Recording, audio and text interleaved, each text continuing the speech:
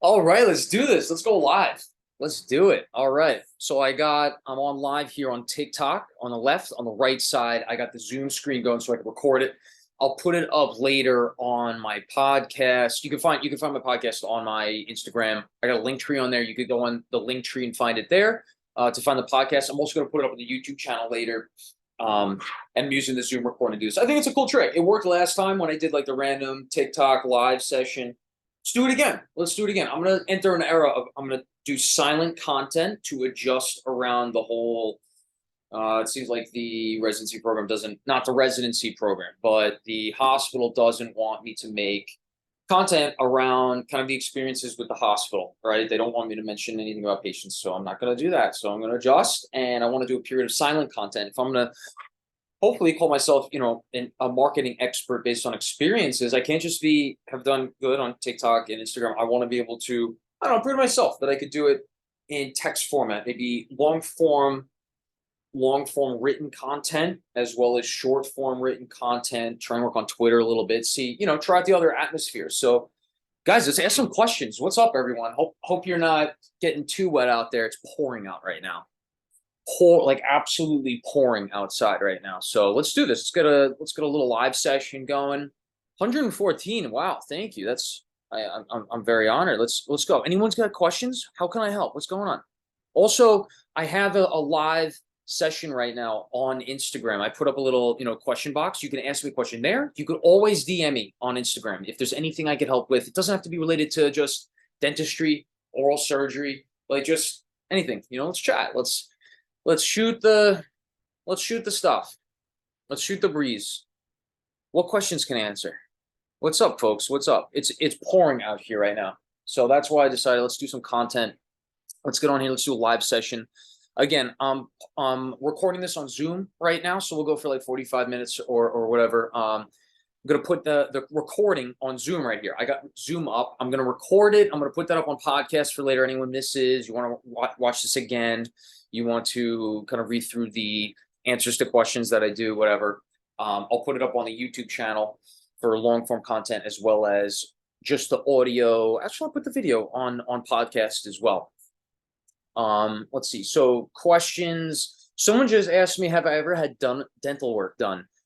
In the Instagram live session I got. No, I've had orthodontics, but no, I've never had a filling done. I've never, nope, no cavities so far. I had a little demineralization underneath one of the brackets on my number 21 over here, but it was just demineralization. It didn't amount to a cavity, so no fillings, thank God. Has anyone, what to do if some gums are receding? So the biggest thing when your gums are receding, I always recommend, I just talked to my dad about this 2 weeks ago. I always recommend everyone, you should get a mechanical toothbrush. The mechanical toothbrush, the newer ones, they change color to red if you're brushing too hard.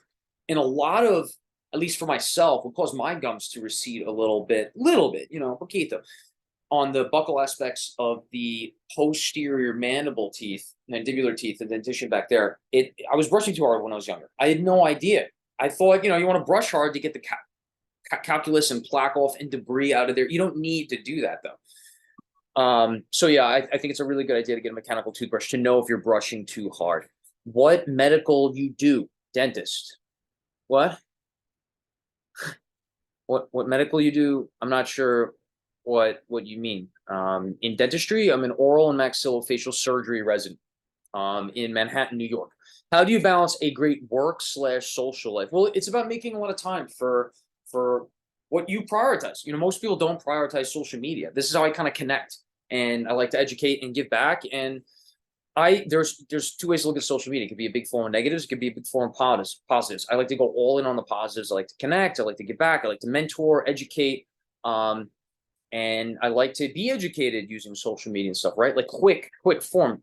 No sitting through lectures. No, let's go on YouTube. Let's learn stuff, right? Red Sparrow, what's up, dude? What's up? Did you have experience in dentistry before dental school? Yes. I worked as an oral surgery assistant in my gap year in between college and dental school. I thought that was huge. I had 3 jobs. I was a lifeguard. I lifeguarded at the gym. I lifeguarded at an assisted living home, which was great to learn and hear the stories of, older senior citizens. That was a very big, nothing to do with dentistry stuff, right? But learning a lot about life. And Gary Vaynerchuk mentions this when you talk to people in an assisted living home, even older, grandparents, great grandparents, hearing their stories. They talk a lot about what they didn't do and less about what they did do, right? I mean, they do talk a lot about what they did do. They like to reminisce and stuff, but everyone's always got a story about, I wish I did this, I wish I did that, Robert Langdale, you are the guy who extracts wisdom teeth. Correct. I do extract wisdom teeth. That's what we do in oral surgery. It's a big part of our practice. Love it. Love taking out teeth. Where'd you go to dental school? Cowboy Energy. Love the handle. I went to dental school at Stony Brook. It's on Long Island in New York, in the town of Stony Brook. Obviously, it's a part of Stony Brook University. That's where I went to. Were you at the top of your class to get into OMFS? I don't know. We weren't ranked. That's why I liked Stony Brook. It's a small school. We had 44 in our class, and we were unranked. I did well, right? But wasn't off the charts. Who knows, right? I blew out my upper deck in end of February, crashed into a BMX park, shattered my full face, and broke my neck with a TBI. Jesus. Sorry to hear that, man. My God. Mr. Exxon Original. Hope you're doing okay, man. That's crazy. Joe C1370. Hello, doctor. What's up? What's up, Joe? Thanks for joining. Jordan Choey 03. How do I improve my communication interpersonal skills? It's really practice. Reach out to people. Don't be shy about talking with people that are older or younger than you. Nothing's above you. Nothing's with me. I like to interact with pre-dental students and high school students. Like, you know what I mean? Just, I don't know, being true to who you are and being honest. Maybe you're shy. Maybe you get anxiety in situations. For example, when I interviewed at Oklahoma, it was virtual interviews my year because we were the first interviews the year.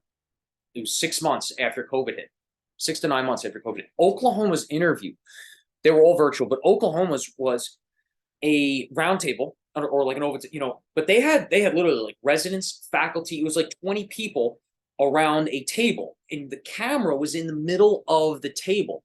And whenever a faculty member had a question to ask, the camera would rotate around the table to that faculty member, and then they would ask the question like that. And as the camera was rotating in the center of the table, I could see in the background they had projectors on every wall, and my face was on that wall talking.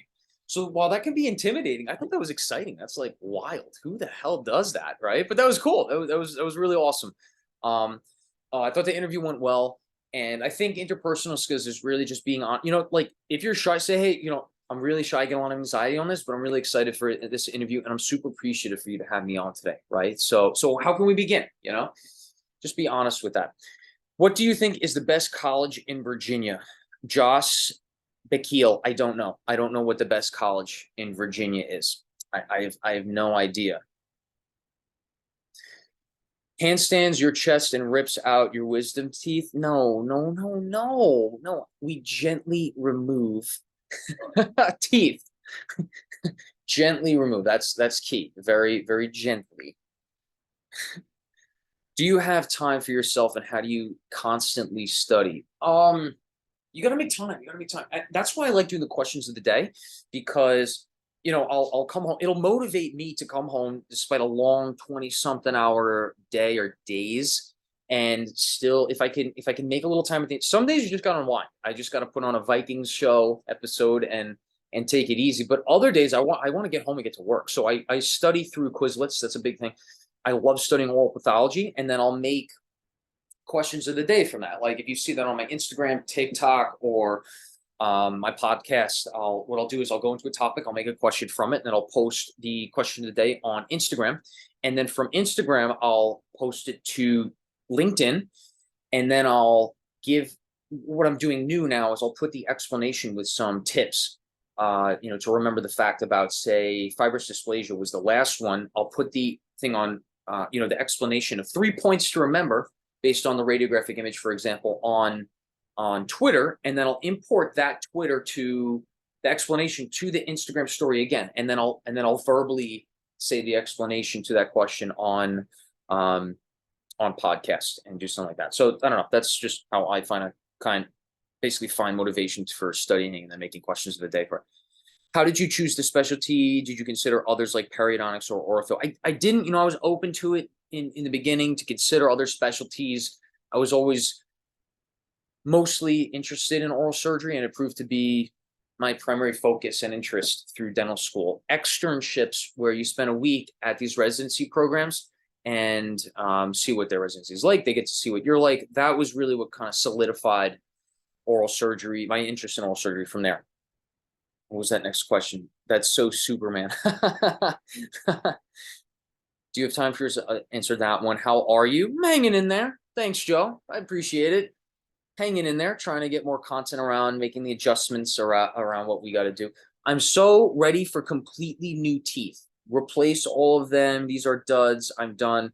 No, Red Sparrow. I don't suggest you taking out healthy teeth. I really don't. You want to save and try to maintain everything that you have. There's nothing better than your natural tooth. Current D1, BDES 15, currently D1 at UPenn. When did you start studying for the CBSE? What is your plan in doing so? I took the CBSE after D1 year, right? So I could learn about what it is. It's different from any test you've taken thus far in dental school. So I suggest it's different. It's a medically based exam. It's based on the medical boards. And I recommend taking that test first to figure out what it is, and then you know what to study for, right? So that's my biggest recommendation. Try it, dude. You have 6 chances to take that test. You're not wasting one by taking it once to know what it is, right? After D1 year, I took it, and then I started to prepare for it. I really prepared for it the summer after D2 year, took it once, and then I really got the score that I needed the winter in the middle of D3 year, right? So it took me 3 times to take it. The first time, I didn't study for it, but it counts, I guess, right? Are you doing a 4-year OMFS or 6-year? I'm in the 4-year. For the oral surgery I want to do, it's not necessary to get your MD, right? Like, I guess more knowledge is good, but it's not necessary. And I really kind of want to start working. I want to be playing around in the weeds, learning about, like the feet in medical school. Like, what the hell? Let's cut to the chase, right? I like thumbs up how you took it to find out what it was at first. Yeah, exactly, right? And this is for anyone. It's a really good idea to take the exam to know what you're studying for before you start studying for it, right? What was the oddest, hardest, or most standout interview question you got? Dr. Bastidas at Montefiore, the program director there, he said, "What is your biggest life regret?" That was one. That was a question that I got. The program director at University of Texas, that program asked me, he really went through my resume, and he asked me a lot of questions. Like, he asked me about how, because I created and run the Instagram page Top Wineries. And because I don't know, I like wineries. I want to learn about them, and I know how to market them. And it does really, I think it's at 112,000 followers now, 122,000 followers now, I think it's at. And so it's done well. I've been running that. I made that 6 years ago. Yeah, so I find that stuff fun. He asked me about that. That was pretty cool to go into. I know, but still, awesome. I appreciate it. When applying to dental school, what, Jordan asked, what do you mean? When applying to dental school, what? What about applying to dental school? 404 not found. Awesome. Red Sparrow, I do the exact same thing. I know, right? It seems to make sense. I think we need to use our intuition and use common sense more readily when preparing for things like that, right? Really, really think about how to navigate. And you need to have self-awareness. You need to know how you're going to succeed. What will work best for you? I need to study more than I don't need, like, I found like my hand skills were exceptional in dental school. So I needed to focus more on studying for exams because I don't know, hand skills came easy to me. Studying for exams was more of I need to spend more time there. Right. And then when I figured out that I learned really well visually based, and I always thought I had to draw and write out things multiple times. No. Quizlet was what solved it. I put down a Quizlet, and then I'll put on the opposite side the figure of whatever concept, terminology, whatever anatomy you're doing, and then get through the decks. Consistency and repetitions. A lot of repetitions to get through Quizlet cards and then you're going to remember the figures based on the terms, and then you could back up the other side of the card. You're going to, if you have figures unique to that term, figure, condition, syndrome, etc., you're going to remember it, right? Quizlet was my tip. How did you prepare for dental school apps? Really DAT studying.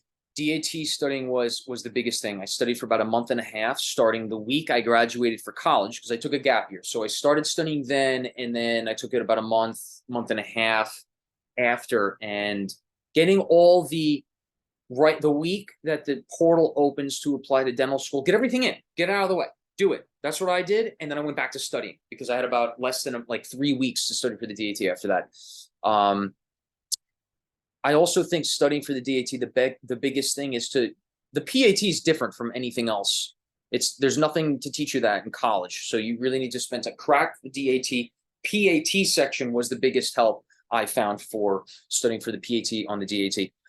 Josh Griffin, I want to go to dental school. Any advice for someone sort of lost and overwhelmed? Yes. Go to someone's practice and see what they do for a living. This is not just for dentistry. This is for medicine. This is for being a PA, a nurse assistant, a nurse practitioner, a PA, like I said, dentist, surgeon, doctor, lawyer. Go and see what they do. If you really like it, but you don't know what you want to do in that profession, work for them, right? By spending, the more time you spend with them, you're going to see where you're going to kind of fit in. And I would really be focused on what you like to do. What are you passionate about?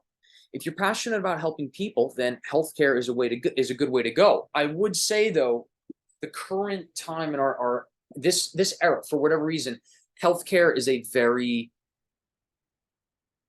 very rigorous profession to go into. They're going to make you work a lot, and they're not going to pay you a lot for what you work for. Okay, and then preceding that, prior to being in the career, there's going to be a lot of years in education. You're going to have to go to a lot of school. College, professional degree, postgraduate, specialties, fellowships now. It's a lot. So that's something to take into consideration. And, one of my best friends, he's in investment banking. He did 4 years of undergrad and he went right into it. And he's making a lot of money. He's working really hard. Compared to how much I worked in dental school, I would say we were working similar hours, but he was getting paid for those hours.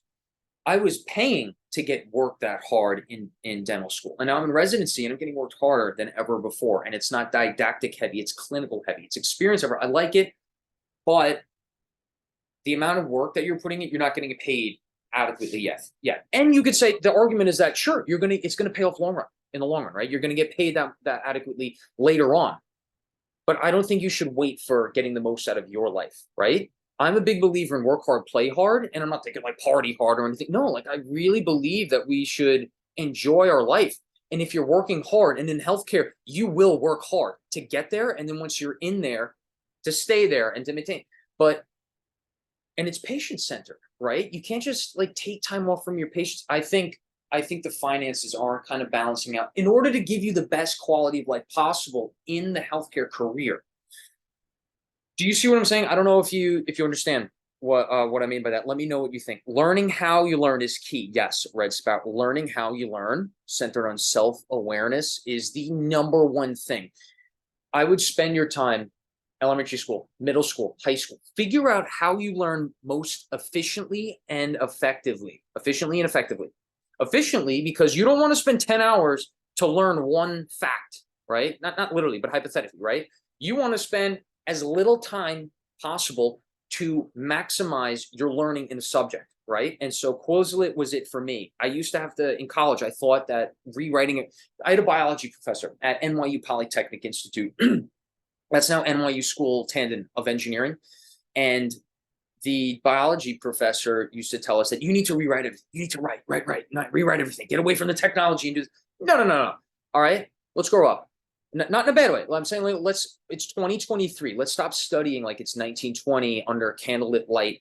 Let's use technology to our advantage. Quizlet's good because you can get more repetitions in.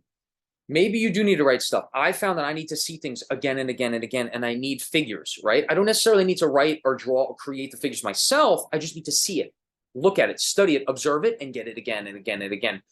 Quizlet did that for me. I didn't figure that out until D2, D3 here. of dental school. I wish I did. You found Quizlet out in undergrad. That would have allowed me to crush things in more in undergrad. And luckily I did work hard and I was able to get a 4.0 my fall semester of my senior year of college. But anyway, I digress. Learning how you study is most important. How you study best is most important. Any tips for organic chem? Yes, Arnav Sugavanam. For organic chemistry, read the textbook or as much of the textbook as you can the summer prior. Khan Academy for organic chemistry. Boom, do it. Look up Quizlets. I don't know how you look up on Quizlets for organic chemistry because I didn't do it myself. I did studying of the textbooks in Khan Academy. That allowed me to get, I got an A- in Orgo 1 and I got an A flat in A on Orgo 2. I worked so hard for that. I loved organic chemistry too. I think that helped. Going prepared prior to organic chemistry is going to allow you to prevent cramming and, it'll give you a little head start. It's very important. Okay. Index cards was very big for me in organic chemistry. Are they still being ridiculous and cruel about your on-call nights and time? I'm still in residency, so you know what I mean. Do you like the state you're doing residency in? Yes and no. Yes and no. I'm in New York and it's from what I hear, other states and like doing residency in healthcare in the East Coast is different from the West Coast. I hear the northeastern area of the United States is very, very hard on residents. I don't know why. I don't know what the hell. We got to figure it out. Like if we're going to keep claiming we're in a doctor shortage, why aren't we increasing the number of residency spots? We're increasing the number of medical school and dental school spots. Why aren't we increasing the number of spots in residency widespread? What the hell are we doing? This isn't healthcare at large. Was your undergrad GPA good, or did you have some academic setbacks that you had to compensate for? Thanks for answering this question, Jordan. I had a 3.6, 3.7. I had a 3.637 overall GPA when I graduated from college. At NYU Tandon School of Engineering, NYU Poly at the time, I had a 3.4. And then I went to Stevens and I got a 3.75. So it was about a 3.6, my undergrad GPA when you balanced it out, right? There was at NYU Poly, the physics course were so difficult for literally no reason. But I mean, I guess you could say, it's an engineering school. They wanted their engineer students to learn it. And yes, I had to take all engineering based courses it was biomolecular sciences at NYU Poly, and then it was chemical biology at Stevens. And taking physics, they only had 2 exams. There were literally nothing, no quizzes, no nothing. It was a full semester. You had a 10-question midterm, and then the final was 10 questions too. So I got a 5 out of 10 on the midterm. What are you going to do from there? Am I going to risk the whole rest of the course to get my first C in college? Absolutely not. So I dropped the course. I took it in the summer, did well. I got a B plus, whatever the hell it was. But then, there was a lot of quiz heavy physics course in the summer rather than winging it in the middle of the year, relying on one midterm and final. I don't think that's a good way to have a course, right? Just one 10-question midterm and one 10-question final. I think it's ridiculous. So I got the hell out of there. Let's see, where are we? He's so busy. Thanks. You got it. Had an A in Gen Chem. Congrats. Just took the final and dropped me to a B.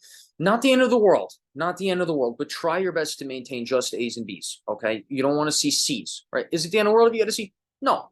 I had dental school classmates that had multiple C's, believe it or not, and they still matched into oral surgery. Believe it or not, I had classmates like that. Luckily, I'm very thankful and proud. I worked hard to just maintain A's and B's in both dental school and undergrad. I'm very proud of that. That's my general, that was a concept I stick by. Were you a bio major? No, it was chemical biology. It was basically biochem, right, at Stevens. Undergrad GPA, if you don't mind, it was between a 3.6 and a 3.7. About a 3.6. Like a 3.6, 3.65. I don't know. But that's what it was in undergrad from Stevens. Arnav Shugavana, I'm prepped to take it more than once. Seriously. Yeah, I mean, taking things more than once is always a good idea. Like the DAT and the CBSE um, for oral surgery. Pre-dental student fighting for my life in physics E&M right now. Oh my God. I feel really bad for you. That is a tough time. And from what I found, some people are typically more like chemistry oriented or physics oriented. I was more of the orgo oriented, not even gen chem. I found that really boring. I found general chemistry really boring. And physics was cool. I just found that the teachers that taught it sucked. Like, let's upgrade ourselves, it's 2023. Let's do it differently. But orgo I loved. That was Professor Dr. Jen Montclair at NYU Polytechnic. She's very research heavy. She was great. I really enjoyed that course. Very tough. She gave me an A- and an A. I'm very proud of that and happy. What brand of watch are you wearing? This is my tag. This is my tag. It's an automatic. I'll take it off. This is an automatic. This is my most expensive watch, but it's not a Rolex. I'm not really interested in getting a Rolex. I think it's very mainstream. Great watch. I think it's one of the most aesthetically appealing watches is a Rolex, but I personally, I like this because I think it looks and has the functionality for what I'm looking for. It's automatic. It's powered by movement, shows the date, has the chronograph, and it's got the divers bezel. I think divers have the best aesthetic.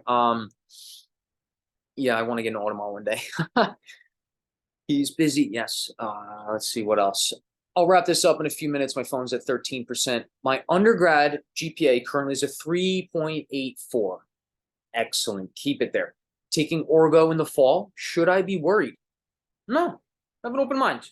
Michael, you're going to be fine. But I would recommend studying, reading the textbook, do Quizlets, do Khan Academy for Orgo. Do that in the summer before you start in the fall. Okay? It's going to help a lot. Michael May, 0.02, neuroscience major. Awesome. Neuroscience is fascinating. It really is. Guys, take an undergrad major, major and minor. Do things that you're interested in, right? So like, for example, major in neuroscience, but do a minor. Do it in something that you're interested in, like music production, I wish I did that. That would have been awesome. Like, spend time while you're in college. Also, I would recommend going to college once you know what you want to do, right? Don't just hop into college as like a general major and then figuring out. No, like, you don't have to go. So it's become very like religion in our culture now to go to college and start. Like, I didn't know exactly what I want. I thought I wanted to go into medicine when I started. And sure, it's not too far off in dentistry for medicine, but like, I would recommend spend some time working after high school, maybe for a year or two. Sure, it's gonna sound weird that you're not going to college right away, like all your friends are in high school, but I think if you're gonna drop $100,000 a year doing which is what college tuition is gonna get to in the near future, like, just expect it. It's coming. If you're gonna drop that much money a year, you should probably want to know what you're most interested in. You know what I mean? Work for a few years, start a company, work for a company, and then start your own company, and then, oh, I need to know very advanced business, or I need to know computer science to make my app, my website, etc., for the company that I'm working for or that I want to create. Now that's a good idea what to do college for, right? Do the pass-fail dental school applicants have an advantage for OMFS match? Great question. I think so, and that's why I went. It wasn't pass-fail, but we were unranked. Harvard and Columbia, I think, are pass-fail, and they end up placing a lot into oral surgery residencies. Seriously, Orgo is really hard. It's a lot. It is. It's good. It's hard. It's good. I found it really rewarding. I liked how the puzzles of molecules work in Orgo. The chemical equations. Mike, great. Thank you. Of course, dude. Anything, dude. Major, minor in Spanish. That is such a good idea, Mike. Do it and listen to Bad Bunny. He's fantastic. Pre-dental student, yes. Also UCSF and UCLA, great schools. Both are great schools. Couple more questions, guys. What's up? I'm going to go back to the Instagram right now. I have an Instagram live session going on where I put up a question. Enter any questions, and after I log off from this, I'll post it on my podcast channel. You can find it in my link tree, and you can find my link tree in the hyperlink that I have, the link that I have in the bio of my Instagram. I forget if I have it here on TikTok or not, but I'm also going to post it on YouTube too. as like my long form content. I'm recording it on Zoom right here. So if you miss a part of it, you could listen to the whole session. However, I can help you. Okay. This isn't necessarily about me. I'm trying to give you my best opinions, my experiences, so that you could use and create your own path and journey. Right. And I hope it gives you the insight how to enjoy your journey. I think that's most important in anything you do in life. Right. Bye, buddy. Don't let them work you too hard. Thank you, Red Sparrow. I wish it was in my control more. All right, a few more seconds, and I'm going to sign off and do that. What extracurriculars did you do? Did you have when you applied? When I applied to dental school, I did undergrad research. I guess they like to see that stuff. It was really working for oral surgeons, an oral surgeon, general dentist, cosmetic dentist, a couple of them. I did a lot of showering hours. I mean, people have like 500 showering hours. I mean, I hope you enjoy it because that's what it's all for, right? I know application stuff can get difficult and challenging, and you know, you don't know exactly what they're looking for or what you know to expect for interviews and such. But do what you enjoy, because when you're on that interview, you're going to need to be able to explain everything that you did. And when you do unique things such as play the violin, music producing, marketing for example, I do top wineries on Instagram. I created that. I find it fun. I think it's awesome, you know, to promote wineries that I'll go and visit one day. And now I can apply value to wineries, and then they come to me with questions. How do I market this? How do you like this video? Can you repost that, etc. And interviewers can connect. When you play an instrument, I got the violin right over there. Interviewers like to connect with things that are unique to you because it's unique with them. And then you connect on common ground, right? Interviews are a conversation. It's not a multiple choice exam. And we see this constantly year after year in applications, in interviews and stuff. My buddy in ortho, he can tell you about that as well. Remember, interviews are a conversation. It's not a multiple choice question. Extracurriculars. So yeah, I did research on undergrad. I did research again in dental school. Literally no one asked me about my research that I did in dental school when I applied to oral surgery. 11 or 12 out of 15, 16 interviews asked me about playing the violin, playing an instrument. Yeah, no one asked me about my research. So it's about doing what you like, and then that uniqueness will, you know, it will stand out more on your applications. Okay, so keep that in mind. All right, friends, I'm gonna head out. My phone's at 11%. I'm gonna wrap this up on. I'm gonna go back to Instagram, and then I'm gonna post some content for the day. I want to try the question of the day, and we'll go from there, guys. Get me on Instagram. I want to help you out there. Hit me up with the DM. Any questions you have. I also have the live Q&A session. Go submit questions there. I'll respond in my story on Instagram. Okay, I'm gonna do a new wave of content because I have to adjust and I want to make it like different and stuff. So, all right, friends, thanks for joining. Talk to you later. All right, bye now.